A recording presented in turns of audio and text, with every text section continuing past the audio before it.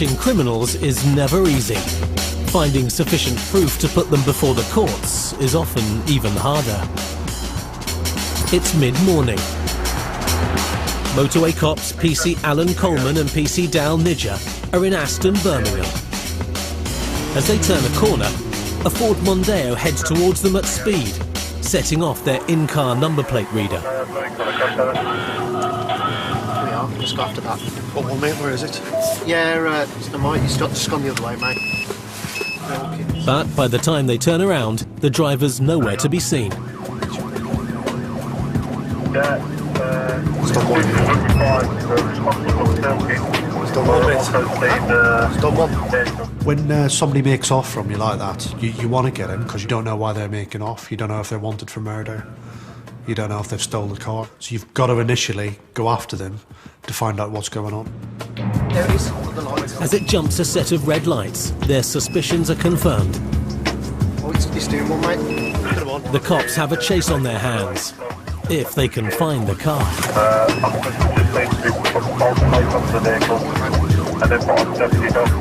Al thought that he'd gone straight on, but once we committed through the junction, at the corner of my eye, I could see that Mondeo. Oh, it's gone there. It's gone over there, mate. You need to be looking down all the streets because inevitably what they do is they will duck down the first street they get. In and out, and it's just a game of cat and mice, really. Can you get out this way? No. Yeah, it's done one on us, Pete. We've just lost it on the Cuckoo Road. We're just making back towards it, over. The PSP state vehicle described as a gold Mr. Microfiche search plate, but it's He went down here, mate. Although PC Nidger saw it go down this road, the car could now be anywhere. Okay.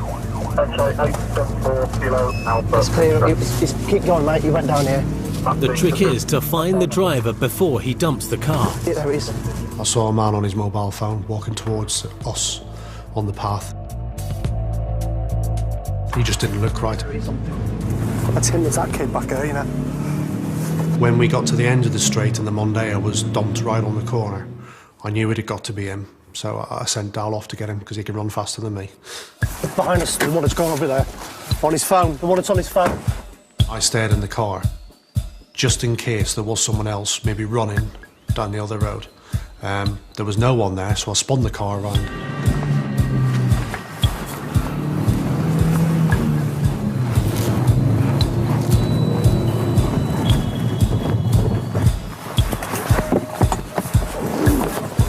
Where you just come from? Off the canal, mate. Have you? Get in the car. No, you haven't. Get in the back.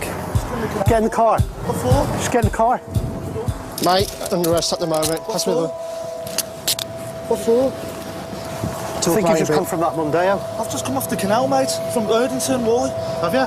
Yeah. Yeah, we'll see about that. Just get in the car. His just come from the canal story is getting short shrift from PC Coleman. Anybody see that blue Mondeo come flying down here? Nah. I've just come off the canal, mate, from Erdington. All right, well, if you have, you'll be sorted. He claims to be in the dark about it all. Yeah, Well, what's happened? You just had a car make off from us. It's blue Mondeo and you've just come from it. Yeah, I have come from the Blue Mondale, yeah, I have, yeah. You have, well, there you are then. But his swift change of story does nothing to help his cause. Well, why did you make off? Because I got pulled in it the other week Right. by the traffic squad over the thing in Leicester. Yeah. It's him. He's just said it's him. Yeah. His recent brush with the law does nothing to allay the cops' suspicions. Where's the key, mate? I wasn't driving, it was all. If he'd had the keys on him, it would have given us greater suspicion that he was driving the car. We're looking to place him as the driver of the vehicle. So if you want to search me, I've got no keys. Which bus do you want? Queen's Road. And he's very sure about his story. Well, there was only one in it when he come past. Was it? Was there? There was 2 people. Actually, there was 3 people in it. Well, where are they then? Well, they've gone in now. Have they? Well, there was Yeah, one always in a it when you passenger. passed Always a us. passenger, yeah. He comes off with all this story that's, you know, oh, there's 2 of us, there's 3 of us. Well, where are they? See, the thing is, we come round there pretty quick. There was no one else. No one else here. Everyone else was the workers. There's no one else that stood out. And he was doing the old I'm on the phone trick. When we went into the industrial estate initially, there was no one else about. Not a bean. Just him on his mobile phone. And there may be a way of proving it one way or the other. The only thing we can do is see what that shows us. I looked up and saw there was a CCTV camera basically pointing right down onto the Mondeo, and I thought my luck was in there. Well, what we'll do, mate, there's a camera right under there, so we'll see who was driving it then. Go on then. Sound as a pound. Check your camera then. No, the camera there where you parked the car right under Yeah, it. go on then. Go and check the camera then, because I'll tell you now, I was not driving that car. The CCTV could put him well and truly in the frame, if they can access the footage. Just a few miles away from PC's Coleman and Nidja lies the M6 motorway. It's one of the busiest routes in Europe, but congestion often leads to delays, frustration and angry drivers. Near Cannock, PC's Chris Clark and Kevin Shale have just received a report of road rage. Say items have been thrown at another vehicle, or is it just verbal abuse, sir? Yes, abuse and items thrown, but traces on the ground to the actual colour. Details are still sketchy, but the two cars are still nose to tail, travelling at speed. Soft items, I presume. Well, let's see whether or not there's any allegations of damage in a minute. But, had a phone call made to the control room that there's been an altercation between the occupants of two vehicles whilst the vehicles were moving, as I gather. It's alleged that there's been items thrown from one vehicle towards another, so we're just going to go and see if there's anything in that and see whether or not there's any damage caused to the vehicle. Road rage is an increasing problem on our streets, but cases on the motorway are few and far between. It is unusual, a little bit of antisocial behaviour on the motorway. When they do occur, the motorway cops have a tough job simply finding the guilty parties. Incidents of road rage are very often phoned through to the control room, and I'll be perfectly honest, trying to locate another vehicle in a busy motorway is very, very difficult. So the number of times you actually isolate and stop and deal with the incident is actually quite slim. But this case is different. The driver who's complained about the items being thrown at his car has stayed behind the man who upset him, and the two cars are heading their way. So all we're going to do now is just sit tight here for a moment and wait for them to come to us.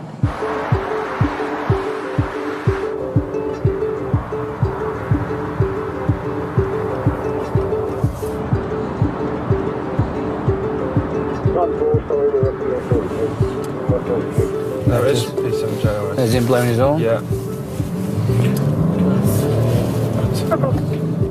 The victim of the road rage is travelling in a black Audi. We'll see what it's all about. And he's passed on details of the other car, a grey Ford Focus, which the motorway cops are now pulling over. Yeah, he's stopping behind us as well. Do you want to have a word with the Audi driver, and I'll go and have a word with the... Most cases of road rage are hard to prove. It's one driver's word against the other, leaving the cops with a difficult search for the truth. I'll do that. Right. We've stopped you because it's been alleged, or we've had a phone call, it's been alleged that there's been some sort of altercation between yourself and another vehicle. No, there's a black Audi that overtook on the inside, which is a bit... Yes. And, true to form, the driver is claiming it's the other man who's to blame. I tried to have him believe that, there was nothing really going on. I didn't know what to believe at that time. I had an open mind. The other driver is travelling with his family and is giving a different version of events to PC Clark. He started off lights on full beat for about a quarter of a mile. I didn't react to that, so then he pulled on the inside of us, came level, hand on the horn constantly, didn't react to that, started laughing. Jenny started laughing because Francesca was getting scared, so we tried to defuse it, you know?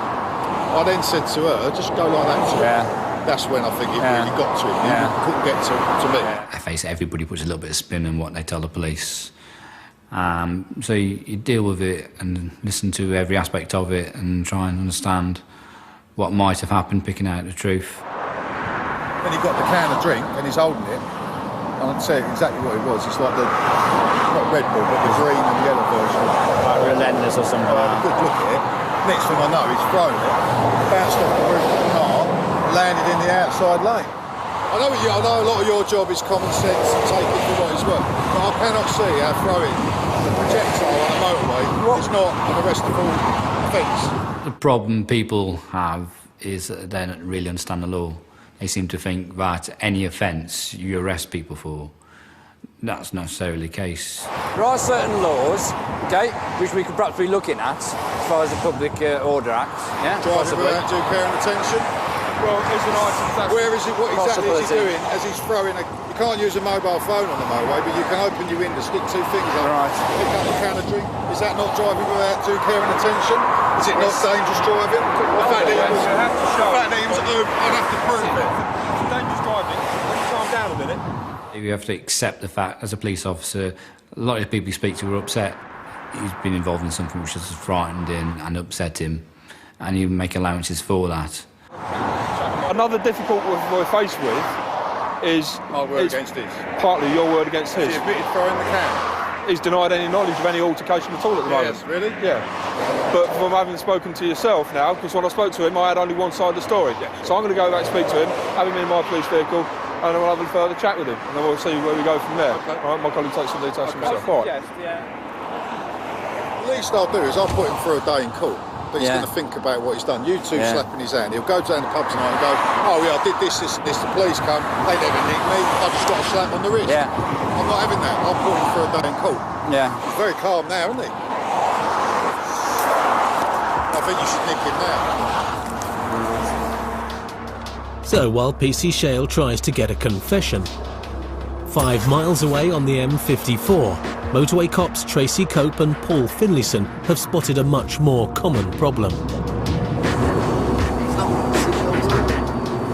Many drivers resent being stopped for so-called minor traffic offences, but the motorway cops treat this as a major issue, because this offence can have tragic consequences. If I said to you in 26 years, 99% of all the fatalities that I've attended, in 98-99% of all those cases, the death, not the accident, the death has been a direct result of not wearing a seatbelt.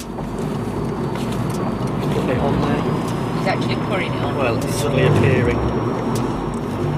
Although he's subtly slipped his belt on, it's not going to prevent him having a chat with PC Finlayson. In 2009, the fine for failing to wear a seatbelt doubled to £60. It's estimated that around 95% of drivers do comply with the law, but there's still a hardcore who refuse to belt up. Hello sir, thank you very much for stopping. Do you know why we stopped you? You didn't have your seatbelt on as we originally came past the vehicle. Can I ask you to come and join us in our vehicle please, with any form of identification you've got with you? This should be an open and shut case. Jump in the back for me sir, we can talk a bit easier. Thanks very much. Take that out of my face, please. OK, sir. We passed you as we came down. Didn't have your seatbelt on. You surreptitiously put it on as we then pulled onto the shelf. Is there any reasons why you're not wearing your seatbelt this morning? We hear every excuse under the sun. When it comes to a range of offences, and seatbelts are always a good one.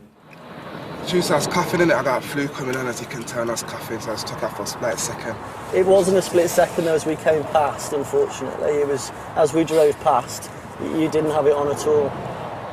It wasn't just. I was sneezing at that time. Right, okay, but you didn't have it on clearly, obviously, as we came past. Do you have any medical? Apologies, sorry. I reached in the glove compartment to get some tissue. Not a bad one as they go, but to be frank, he was just lying. You are going to be dealt with for this offence. There's 2 ways we can deal with it. In fact, there's 3 ways we can deal with it. We can either elect to send you directly to a court, okay? We can either give you a fixed penalty ticket of £60, or we can send you on a free course. Free course? A free course, yeah. What's a free course? It's called a crash course. It's conducted at Keele University by Staffordshire Police, and you can elect to go on that course, as I say, for free, rather than being issued a fixed penalty of £60. Whatever you want to do, yeah, that's all I need to. Do you have any form of identification on you at all? So man, you got my name, obviously done a check, man. No, I've got the name the vehicle's registered to. I haven't got your details. Well, I don't know that because I've never met you before and I don't know your history. So, do you have any form of identification on you at all? Checking that people are who they say they are is an important part of the motorway cop's job. But this man thinks they're wasting his time. I don't think this is the It's a joke to you, maybe, but it's our job, so. Got nothing better to do. You want to get some donuts or something, eat some donuts. Once he realised that the excuse wasn't going to work, of course, then the insults started. And to be honest, I will take so much. Road safety might not be an issue for you, but it is for us, and we are going to deal with people positively, whether you take the mickey or not. Okay? We are catching criminals, we are doing lots of things every single day, but what we're also doing is looking at road safety. You weren't kneeling down to get a tissue, you were driving along without your seatbelt on, and now you've been prosecuted for it. So cut the whole go get your donut thing. We're trying to save your life and save others on this motorway today. So grow up a little bit and accept the fact that we're trying to do you and others a favour today. So you couldn't just let me just go about my business? No, we are never going to just let you go about your business, because it's us that have to pick up dead bodies, because people don't put their seatbelts on. What would imagine if one of your kids was killed? Yeah? But you don't think about that. All you want to do is sit in the back and take the mickey out of the police officers. Well, we are going to deal with you positively, and we'll do it again and again and again until you realise. And hopefully this course will wake you up a little bit to that. Listen, thank you, okay? Okay? I don't like you. You don't have to like us, do you? Thank you. The motorway cops don't expect to be liked, but PC Finlayson has a genuine reason to be annoyed with the driver. I've been to a number of fatals now, where if people had just bothered to put the seatbelt on, they wouldn't have come out of the vehicle. They wouldn't have been killed. We wouldn't have had to go tell the families. There wouldn't have been £1 million investigation at the end of it. For the sake of 2 seconds, it really is ridiculous. Some people aren't bothering nowadays just to put that simple seatbelt on. Right, bye-bye. Build your speed up on the hard shoulder for me. Okay? I've been driving for a while now. I'm a lorry driver as well in my spare time. You should know how to wear a seatbelt then. Mr. Obnoxious. Mr. Attitude. He's obviously got a severe attitude against the police. He is going to get dealt with whether he likes it or not. And if we've got them, if we've got the evidence and they're banged to rights, then they're going to get done. Back in Birmingham, emotions are also running high. PCs Coleman and Nidger are still trying to prove that the man they've arrested was the driver of the car they've pursued. There's no need to be excited. Well, no, because you're exciting me, because I've done fuck all wrong. And you're getting excited. You're the one getting excited. What have I been arrested for? That's what I want to know. Suspicion of theft of that car. Suspicion of theft of that car? I don't want to know. I've got nothing to say. You've just asked us what you're arrested for. Yeah, what have I been arrested for? Suspicion of nicking my own car? Because if you go back to your traffic officer... You just said you were a passenger in your own car. Yeah, I got pulled in that car 2 weeks ago driving it.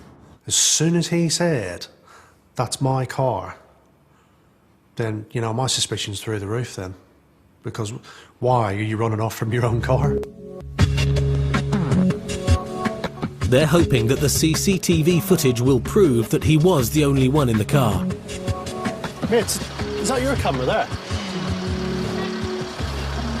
Yeah. Does it work? No, you blew a fuse yesterday. Got 4 cameras, it's the only one that don't work. That would have absolutely sorted it out, because I reckon if the camera had been working, we'd have saw one person get out of that car. With the CCTV drawing a blank, their focus turns once again to the man and his story. Yes, that is my car. Oh, have you got the keys on you, my friend? No, I haven't got the keys, mate, because my mate was driving the car. Right, OK. And PC Nidger's caught a whiff of something that could explain why he won't admit he was at the wheel. Have you had a drink today? No. No, I can smell alcohol. But I weren't... no, mate, I was at my mate's funeral yesterday. He died. Okay. I haven't had a drink today. Okay. And I haven't been driving the car today. Right. So there you go, mate. Okay. Simple as that. Just bear with us. Watch your foot, mate. Al. What's happened, mate? That's his car. He's had a drink. That's why he's done one. Have you had a drink, mate? Oh, he's just said that, but I wasn't driving. Right, well, I'm not asking. Well, what do you think you were driving? I'm not breathing into that machine, mate, because I weren't driving. So well, you check the camera first. I believe you're driving the car. No, I weren't driving that car. Are you going to give us a breath sample? I'm not going to give you a breath test, because you know what? Check your camera. Yeah, I am. All right, you're also under arrest for failing to provide a sample. That's fair enough, then. That's fair enough. OK. Al, he's refused. OK, that's fine. We'll search him if you've got any keys. If not, we'll get a dog. I've searched him, he ain't got the keys. No, should we get a dog down here? Let's just do another search of him here. Bollocks, man. Just jump out of the car a minute so we can search you.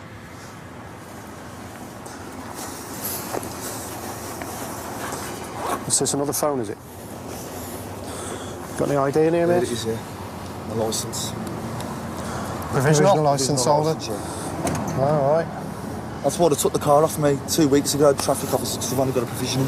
Yeah. If he was driving, this latest finding could explain why he tried to escape, to avoid him having his car confiscated a second time. So who was driving it then? It's because you were. Well done, mate. Check the camera. Yeah, got the footage. I just felt like he was lying to us again, and if he was a law-abiding citizen, which he was saying, and he was telling the truth, then why couldn't he name this driver? PC Coleman has one last throw of the dice. Although I was relying on the CCTV camera quite a bit, I still had my camera in the car, the in-car camera. So I played it in the car, and in front of him, I thought, well, you know, I'm going to show him.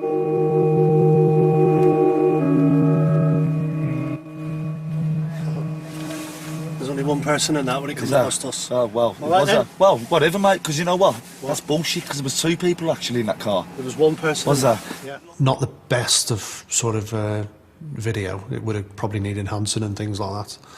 But initially it looked like there was only one. You're lying, mate. That's just on camera, mate. Listen. What, do you want to see it yourself? Well, arrest me to do what you got to do, because at the end of the enough. day, no dramas, mate, because I was not driving that car, simple as that. And interview me, whatever else, take me to court, I was not driving that car. One person. 2 people in that car. One person. Yeah, whatever. Whatever. Oh dear, never mind, eh? Yeah, whatever. I could see a driver, and I could sort of see through the passenger headrest, and there was no heads there. That's not to say that someone was lying down in the car, which I was expecting him to say, to be honest. Listen, I know it was the guy come and picked me up this morning from In where your I own live, car? right? Because I've been to a funeral yesterday and he had my car. In your own car? Yeah. You're lying. You're a police can I officer lie? and you're lying. It can be somewhat frustrating when people start accusing you of lying, but I'm the police officer at the end of the day. You know, I've came to this job for honesty and integrity, and I believe in those values as a police officer. Unfortunately, other members of the public that we deal with don't believe in those values at all, and he was one of these people. You're lying. You are lying. You're like this no, because you you know you're wrong. No, listen, I'm just showing if you. I was driving that car, I would Just turn showing around to you. you and say I was driving that car, because I couldn't give a shit about 3 points on my licence. It's not But I true, was not actually, driving is it. And I'm not going to admit to something that I have not done. Simple as that. If I was driving that car, kid, I would turn around and say I was driving it. Do I look like a kid to you? He was upset because I think he thought he was on the back foot, and his only way of coming back at me was making accusations and getting excitable and shouting at me, basically. Take it to court, mate. Fine. We're all liars, by the way. Sorry? I've got him coming past. There's only one person in the car when he drives past us. Right. But he's watched it and he says I'm lying and the camera's lying. But PC Coleman knows his work is cut out finding the proof. It's down to me to find the evidence, the facts to show that he was in that car, driving that car, and on that day, the CCTV camera that was above the vehicle would have been the best evidence. And there's a final twist to the tale. Yet another explanation. When we took him to the station, he came off with the fact that he was selling his car. Somebody come along and said, I like the look of that car, can I take it for a test drive? So he decided to let him have a test drive, and they managed to pass us in Birmingham, at which point the chap said, I shouldn't be driving this car, I'm disqualified. And this chap just disappeared into thin air, and he doesn't know who he was, which was a totally different story, because he didn't mention that one at all when he was at the roadside. So we'd got into about our third and fourth story now. Okay. While the man cools off. 20 miles north on the M6, PC Shales questioning the driver accused of throwing objects at another car. Right, having spoken to the gentleman, the driver of the other vehicle, obviously you said that there was an Audi that's undertaking you, and I'm presuming that's the same vehicle that's stopped behind I think us. it's him, yeah. Right, okay. Yeah, he's doing about 80, 90 inside lane. And you've done absolutely nothing in response to that at all? Well, flash my lights, that's it. The driver of the other vehicle is alleging that you've pulled alongside him and stuck up 2 fingers at him, opened your driver's window and then thrown a can which has hit his car and then bounced off his car. Can you tell me a little bit more about that? Has he got any proof, any evidence for that? As the cops know, it's one man's word against another's. The trouble is, when it comes to the law, is sometimes there's a bit of a difference between what actually happened and what you can prove. Yeah. It's all about what you can prove. Exactly. Yeah. And what it will end up coming down to... So he can't prove I undertook it. Physical evidence is going to be nil. But back in the police car, the man under pressure from PC Shale is now changing his story. When I may have shook my hand, that's it.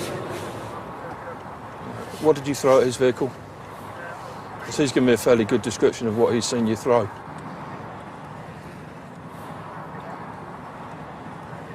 Well, yes, I did open the window and I did throw a can out the window. You threw a can out the window, drinks can. And what do you think justifies that?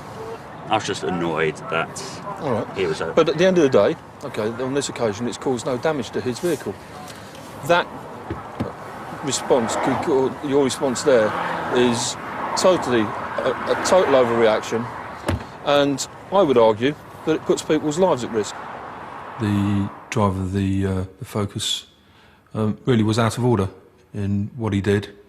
It was potentially dangerous. It was certainly idiotic. Yeah, for you to throw anything at another vehicle is a gross overreaction.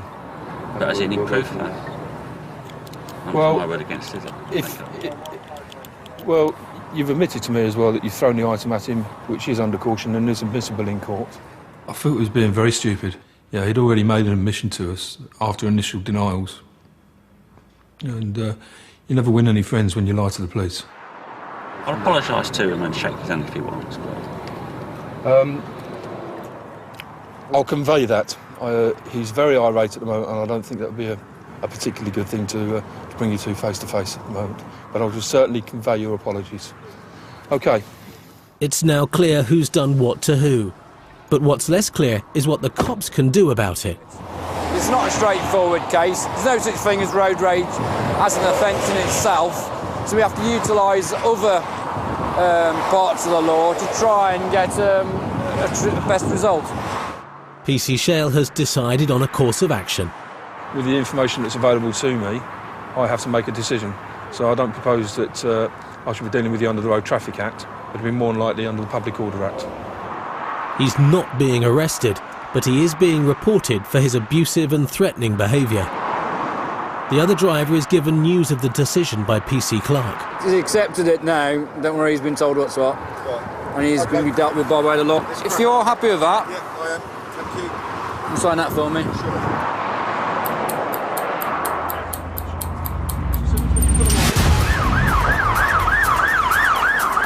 Further up the M6, PC's Tracy Cope and Paul Finlayson have been called to a crash on the M6 toll road. They already know that there's at least one casualty. The ambulance crew on the scene want to get the lady to hospital, and straight away we don't know her condition. So she's being taken by a land ambulance to Stafford Hospital. We're going to get one patrol to head there to make sure her condition's okay. And we're going to head to the scene and find out exactly what's going on. At the moment, the details are obviously still a bit sketchy. The M6 toll road was opened in 2003 in a bid to relieve the motorway congestion around Birmingham.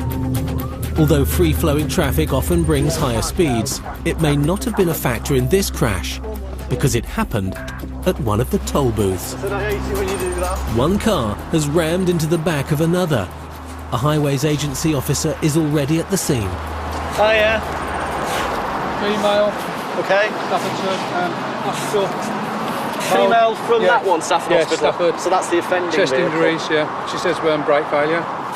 Brake failure? Yeah. Yeah, on a 08 BMW. Male in his ambulance now on his way to hospital. Right, I'm guessing they're not going just yet if they've just rescued that bag. How's he? He was okay. He said he was okay, and then about 10 minutes later he said he needs an ambulance. We'll get some details on him. Although the driver of the car in front isn't badly injured, he's had a very lucky escape. You can see the BMW, the damaged BMW there.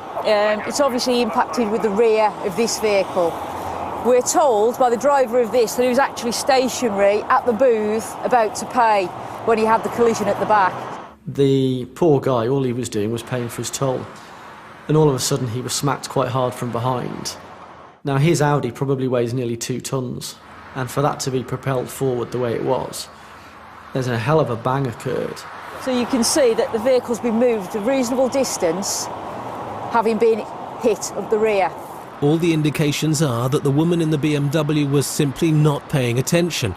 But the cops need to prove that, and to do so they need some evidence. Sergeant Simon Street has arrived to lead the investigation. I'm just checking with our control room to see if this has been caught on CCTV. Yes, it has. It has been? She's just said, yeah. It's always on here. Yes, she's going to download it. We've asked them to download it. Brilliant. Thanks, Trace. A CCTV camera that is working is great news for the cops. But the footage will take at least half an hour to download. Meanwhile, news is coming in from the hospital about the injuries to the woman. Trace, we'll have to hold everyone here. She's got a cracked sternum. We just need to confirm from the hospital it's not going to get more serious. The CCTV evidence will be crucial in establishing whether the injured woman driver is at fault or not. It's a very nice car that no longer works. While they wait for the footage, the motorway cops continue to look into her allegation that it wasn't her, but a fault with her car which was the cause. It's very rare that a modern car ever gets a brake failure. It's not unheard of, but modern vehicles just don't tend to have their brakes fail. I stand to be corrected, but... These have been recalled, haven't they? Not recalled as such, but they've got to have a safety check done on them for the brakes. Yes. 5 Series. Yes, they have just been recalled, some of the 5 Series, 3 Series for brake issues. I'm not aware of whether this would be one of those or not, but obviously that will be looked at by the officer that examines the vehicle. The solution to this puzzle will lie in the video evidence from the toll booth. There are nearly 2 million CCTV cameras in the UK, and over 10,000 of them cover the road network, providing vital evidence in helping the cops identify everything from traffic offences to travelling criminals. It's 1 p.m. PC Dal Nidja is halfway through his 12-hour shift. A radio report's coming in that cameras have spotted a car linked to reports of shoplifting. 05 southbound from the M6 towards Junction 1. It's a Renault Clio, silver in colour, Bravo Juliet 57, Lima Papa Yankee. There's a report from the 24th of the 9th this year. Male occupants of this vehicle believed involved in theft of a large number of clothes from Next at the Queen's Retail Park in Stafford. Organised shoplifters often use the motorways to travel long distances, targeting stores up and down the country. It's a crime that costs the retail industry nearly £3 billion a year. And it's one that the motorway cops are dealing with more and more. 9-3, I'm just joining at 8 onto the arms. Could you watch the cameras for me, please? PC Nidja is travelling to intercept the car. The sooner he can find it, the more chance he has of getting an arrest. That's why he joined the force. I do like looking up criminals, and that's what I enjoy about the job, to arrest these people that need to be arrested and bring them to justice. The coverage of the cameras is extensive, but they can't see everywhere.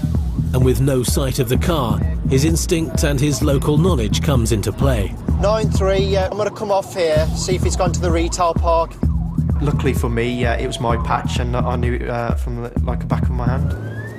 There's a next. It's towards Albury. The car's been linked with thefts from a well-known clothing store, and PC Nidja thinks that it's heading for another one nearby. There's one ahead of us. He could be in luck.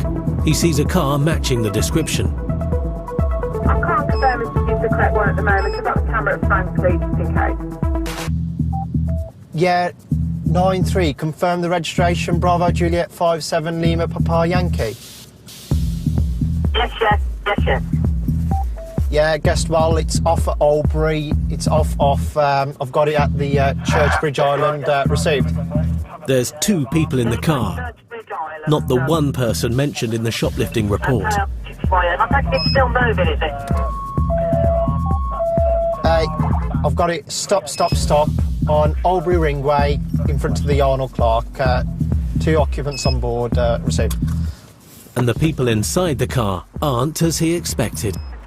When I did stop the vehicle, a middle-aged woman appeared from the driver's side. Is this your vehicle? No, it's your friends, but right, your friends? just had it. Right, okay. Right, let's just talk to your friend. Right, okay. Oh yeah, you're right. Is this your vehicle? Well, yeah. Have you got the documentations? No. Did you say it's yours? No, I've got nothing on there. Oh, right, OK. The car's got a report on to say that basically he was involved in shoplifting. What we'll do is quickly get some details, and if you've got nothing to do, you'll be on your way, all right? What we'll ask, if you come and join me in my car, I'll just take some... Yeah, take details, see what insurance you're driving on, all right? There's a very real possibility that the report is incorrect, but until he gets more details, he won't be sure. There you go, thank you.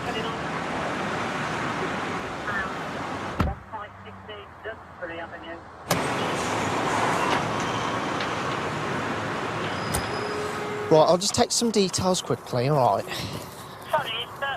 Why ain't she near the circle? I'll be speaking to the lady as well. This female was a bit distressed, so which I thought, you know, a middle-aged woman being stopped by the police, she's probably never been stopped. Who's that to you yourself? She's just a friend, and I've just Right. she's only a friend. Right, OK. The reason we stopped her originally was for the shoplifting, but because of the insurance, that's something that I'd like to clear up first. So, while the woman calms down, PC Nidja checks out the passenger who claims to own the car. Just need some details. So your first name's Michelle. I need to ascertain if you've got any insurance or not. You are joking. No? The woman body language was clearly not normal, very, very fidgety, which would show someone that's uncomfortable with being checked out. At the moment, if you just stay there, because I need to fill out some details, all right? And the passenger's behaviour is starting to give him cause for concern. Yeah, that's received, thank you. I'm trying to concentrate on two people here, and she was making my job much harder because she was literally just jumping around. This is running off and leaving me. Just come this way, 1 minute. You shouldn't take the car. Yeah, but just come have a check while you're walking away from the car. When I said on the phone. Yeah, but just stay by the car then. Her friend, the driver, is starting to worry. I mean, this is ridiculous. It's got a bag with neck stuff in, and all I've done is drove. And I mean, I've been with her before, so they'll probably have me this time, won't they? I ain't going with her no more. Yeah, this is me last. This is me last. And now he's got the passenger under control. PC Nidja notices something relevant to the shoplifting investigation. Behind her seat, I could see a next bag tucked into her passenger seat. Whose are those next bags? They're mine.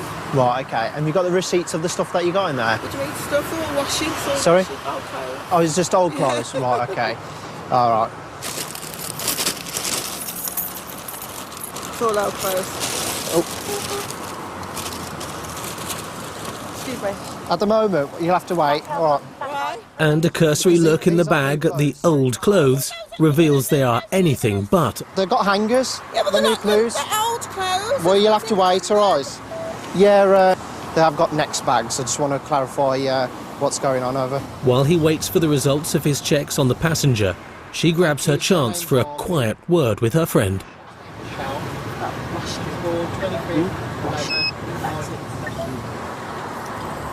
PC Nidja's about to have his earlier doubts about the passenger confirmed. Shelley's known lots of previous motoring shoplifting, theft, July. Yeah. That's received. Did you say someone was en route to me, ideally a female lover? The evidence is starting to come together, but he'll have to find more than a bag of clothes to give him grounds for arrest. 15 miles away on the M6 toll road, PC's Paul Finlayson and Tracy Cope are still investigating the crash at the toll booth. They need to find out if the injured female driver was at fault, and they're looking for evidence that she did apply her brakes. You can see 2 marks there. But, to be honest, that looks like it's a lorry. May or might not be, but it's a fair distance from it, isn't it? It's a white truck. To be honest, we'll know more when we see the video as to whether that may be attributed to it or not. And so the search for evidence returns to the woman's car. Is there anything readily available suggesting that she'd... Well, there's a card there, isn't there? There's a card on the passenger seat. American Express, yeah. Drivers often take their eyes off the road to look for cash or credit cards as they approach the toll booths. And this is what could have happened here. I found an open purse in the driver's footwell exposing 2 rows of credit cards. Right, okay. And we're in a credit card lane. Yeah. And it also appears that the seatbelt pre-tensioners haven't activated. Right. Which suggests she wasn't wearing a seatbelt, which is why she's got the chest injury. My patience has worn thin over the years for people who don't wear seatbelts. You just get so fed up of dealing with the consequences, the aftermath, and it's just so avoidable. It's a 2-second click. After the roadside examination, the motorway cops believe the cause of the crash may well be the woman's lack of attention. It may be the driver was looking for their card. It could be they were distracted at that point by something else.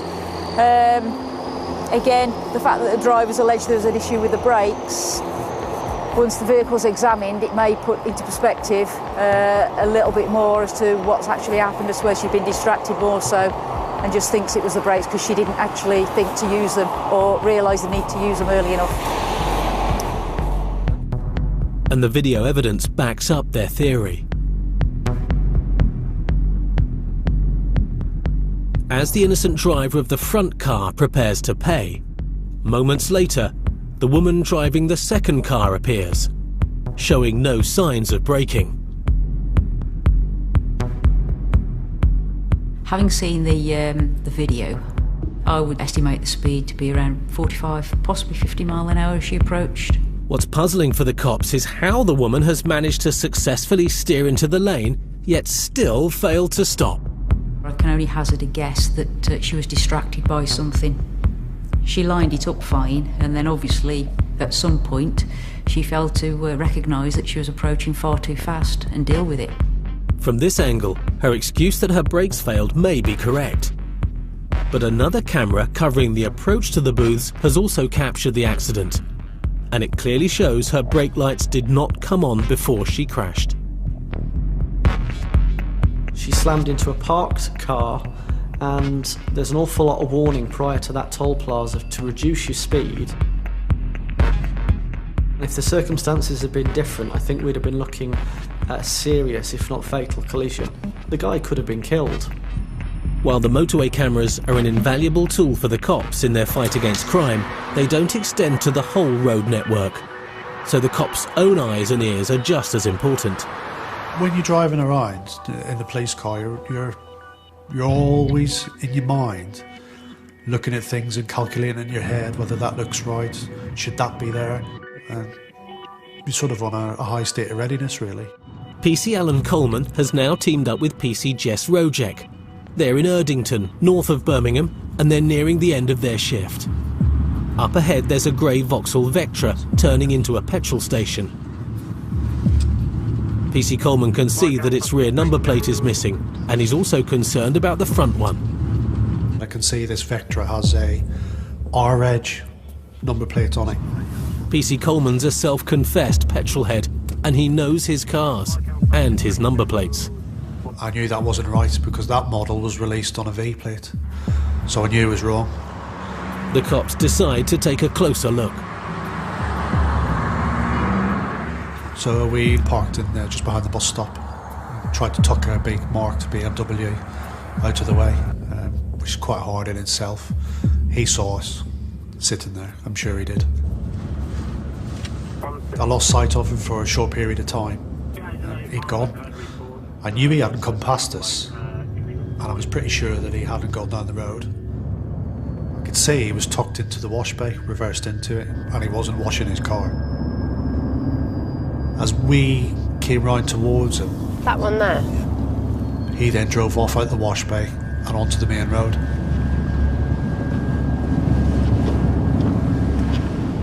Very, very suspicious behaviour, that. It's not just the suspicious behaviour that's bugging PC Coleman. He can't get that front registration number out of his head. R930 TAC, I think it was. Can I have a code 2 PNC check, please, Streetley Road? PC Rojek's checking the police database to see if he's remembered it correctly. Thank you. It's we think it's Romeo 930 Tango Alpha Charlie. but it's only got one number plate. But the registration PC Coleman remembers doesn't exist. Yeah, that's received. It's now a code 1 on Slade Road. Stand by. Perhaps he simply got it wrong. But once they get the driver in their car, they'll have a chance to look at the front number plate while they find out what he's been up to. Hello, you all right? Yeah. The reason we've stopped you predominantly is you've only got one number plate. I know, it's a fell off, yeah. It's in the back, I just got to get the screws for it. No, just have a seat in the car first. It's easier if I just grab my documents. Well, no, it's not, is it? You can get those in a minute. Where's the plate there, mate? It's in the back, I just got to get the screws for it. All right. What was going on at the garage? What was going on at the garage? All right, you just sort of acted a little bit sus at the garage there. Oh, no, I was trying to see if I could find the screws in the car. And then my phone rang and you have to use it off the forecourt because you're not allowed to use it on the forecourt, any. Right. Was that why you moved it round the corner? I was thinking this isn't a major issue at the end of the day. You know, the plates in the back of the car on the parcel shelf, it's something I see quite a bit. Plates do fall off cars. It does happen. While PC Rojek checks the front number plate, PC Coleman checks him out. Okay, you got any ID on you? Just what's probably in the car, my letter or my sworn form what come. And now PC Rojek's back with details of the front number plate. Victor 82 MHD. This doesn't tally with what PC Coleman remembers. The front number plate was a V plate. It wasn't an R on there. I started doubting myself in my head. Started putting some little gremlins in there thinking, have I been seeing things? I've still got a copy of the... Tango 34. My insurance with me. It's in there, is it? Yeah, it's in the car. Can I have a code 1 PNC check, please, on Slade Road, Erdington? Even though they have their suspicions about him, they have no reason to doubt his story. He was very cooperative. He was very calm, very willing to answer our questions. Thank you. It's Victor 82 Mike Hotel Delta received. Everything seems to check out. That is all received. Stand by. It's a Vauxhall Vectren in silver. We checked him out via the police computer. He gave us a plausible excuse that the plate had fallen off. He'd got a licence. He got details. There was an insurance certificate in that name in the car. So everything, in effect, checked out for him. Right. Get yourself home. Yeah? Yeah. Get the number plate screwed on immediately. Yeah, we'll do. Right. Rather than give you a 60 quid fine for it here and now, which is what we can do. Yeah. All right, I'll give you a bit of leeway. Thanks. Sorry about that. Because if I had the screws in the car, I would have... Right, well, it needs doing. Yeah, I'll do it straight away. Okay. But that front number plate is still worrying PC Coleman. Either I'm missing something or I need to go to Specsavers. Because I'm sure that had an R on it. As we watched him drive off into the distance, I had a little nagging doubt in my head about this number plate. It was R901 TAC or R9 something TAC. That's what I thought I'd saw, but I was confusing myself in my own mind. I was giving myself doubt. And his mooching about around the garage just wasn't right either. Why did he move into that little bay at the back, out of our way? Should we go back and have a look? Yes. Just out of interest. While they return to the garage to try to find out if he was up to anything, 12 miles away near Dudley, PC Nidger's still dealing with the two women he stopped, following a report linking their car with shoplifting. But so far, he hasn't found the evidence he is looking for. Have you got the keys? I need the keys. That's great. Do you need any of the other keys? All these. Yeah, okay, I'll just take that off. This is ridiculous. He's discovered that one of the women has previous shoplifting convictions, and now he's searching her car. When I opened the boot, I thought I hit the jackpot. We've got a lot of stuff related to Next in this bag. Everything was going against her at that point because she even had the pliers to rip open the tags. PC Nidger thinks these clothes have already been stolen as part of a shoplifting scam. I suspect what they're going to do is go back and say, sorry, this size didn't fit, can we have our money back? We'll get a credit note. In that way, they're always up, yeah? So even though they haven't got tags, they'll go back, Next will accept them, they'll get a credit note for them, and then there they go, they have a legitimate credit note to go and buy some real clothes. Also in here, brand new dress, some tops as well, they'll do the same thing for that as well. Also, as you can clearly see, there's some brand new next bags there that they'll just go into the shop, pretend that they just brought them and walk out with them.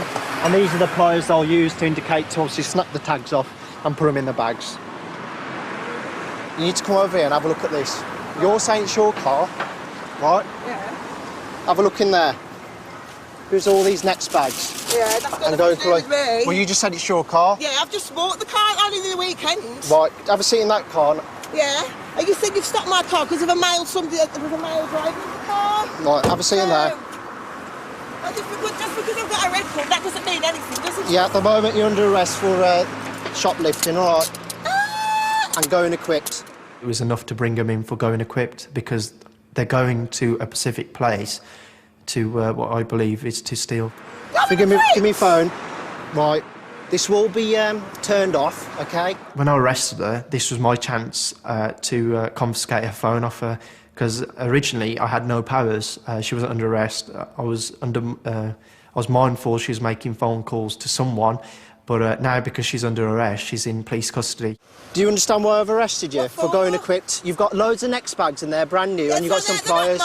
Right, OK, we'll sort that out at the station. Pass me your phone. Pass me your phone. Right. And all these hangers. So you're telling me they're brand new? I'm telling you that none of this belongs to me. So hang on a minute. You've got pliers, brand new next bags, and some of the hangers there. But at the moment, that's why we need to find out what's going on. These people are well organised. They know where these stores are. They've come to this specific location. It must be easier than other stores to get in and steal things. So obviously it's well planned. They know what they're doing, and they knew they're from Wolverhampton. They came here for a reason, and I believe that reason is for shoplifting. PC Jan McNamara has arrived to help PC Nidja do a more thorough search. Any additional evidence, however small, could be useful in preparing their case against the two women. There's some new hangers underneath there as well. Both of them are taken into West Bromwich Police Station, where they'll have some explaining to do about all the new bags and clothes found in their possession. And there's more evidence in one woman's belongings, an extensive shopping list. Meanwhile, the driver's having the charge against her read out. About going equipped? Correct. Who? Not me. No. Listen, as a salary. Oh, please, not me, no. No, listen. Salary, all right, let the officer speak, all right? You need to know why you're here, all right? All right. And the officer's saying that you have been arrested for going equipped to commit theft. But I haven't. It was like she'd never seen a custody block and never been under arrest, which was incorrect because her previous record shows she had been arrested, and she just broke down. I don't know nothing. I mean, And you've been in custody before, so you know. I know, yeah. I've only ever been in trouble once in my whole life. I do think that she knows more than meets the eye, but we'll find out and see. She's very hysterical, which I appreciate if she's like that normally, but you know, she needs to understand that we've got a job to do, and we have to go investigate why she's in the car with this stolen property. The passenger too is still maintaining her innocence. Do you understand why you're here? Not really, no. Obviously, the vehicle you're in. The more lively character even stated when I stopped her that you'll only arrest me because of what I've done in the past. She's got plenty of previous for shoplifting. Both women will be held for further questioning. Back in Erdington in Birmingham, PCs Coleman and Rojek have returned to the garage where they first saw the driver with the suspicious number plate. They're hoping to find out what he was up to, and first they need to talk to the staff. We spoke to the cashiers and they informed us that they had just had a bilking to the value, I think it was £40 of fuel. And they gave a description of the vehicle which matched the description of the one that we'd just stopped. Did you observe the vehicle yourself? Or is it just after it's happened that you've come to notice it? Well, I didn't actually see it drive off with the thing because I just thought I was going to go into the jet wash and then they're going to put it in and come. But you remember the vehicle? They believe he's left without paying, as the attendant remembers the car. But yet again, getting camera evidence is proving frustrating. They couldn't get the video footage to show us what the car was. So it could or could not have been him. I thought in my own head it was him. So I went there to the rear of the car wash to find the number plates. PC Coleman's doubts about the front number plate are starting to make sense. He thinks that the man has used a false number to conceal the identity of his car from the petrol station's CCTV cameras. But when he saw the cops, he decided to ditch the false plate. Hope you've risk assessed that. Yeah. Very risky. It's been a long time since I've climbed any sort of fences like that, but I managed to get over, which I think was pretty good going. If PC Coleman finds the false plate, they'll have some evidence that their suspect did steal the fuel.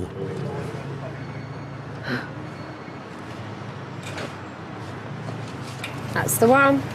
I was absolutely spot on. Just got the numbers the wrong way round. So frustration comes in my mind then. A little bit annoyed with myself. Clearly when he'd sat in the wash bay, he must have ripped that plate off rapid because it only had some sticky things on the back of it. And he'd lobbed it over the rear of the car wash. When I come past, I saw what I thought was R930 TAC on the car, and it wasn't right for the model of the car. I did feel at the time maybe we shouldn't have let him go, but looking at the circumstances of that initial time when we spoke to him, there wasn't much else I could have done. Like I said, it was a minor traffic offence, everything checked out. PC Coleman knows that despite their best efforts, people do sometimes slip through their net. There's a little bit of frustration initially, but everybody comes another day. And he did. After his details were circulated to the rest of the force, he was arrested. When I found out that he'd been stopped 2 or 3 days later and been arrested for the bilking as well, I was pretty happy about that, because I thought you got away with that, didn't you?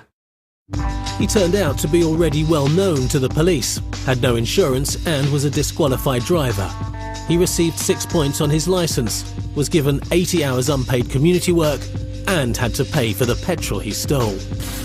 The hot-tempered driver, who threatened another, had to report to a police station where he received an official police caution and a police record. The man with no seatbelt who was given a dressing down by PC Finlayson maybe took his words to heart. He certainly attended his course. The Crown Prosecution Service decided not to prosecute the woman who crashed into a stationary car at the motorway toll booth.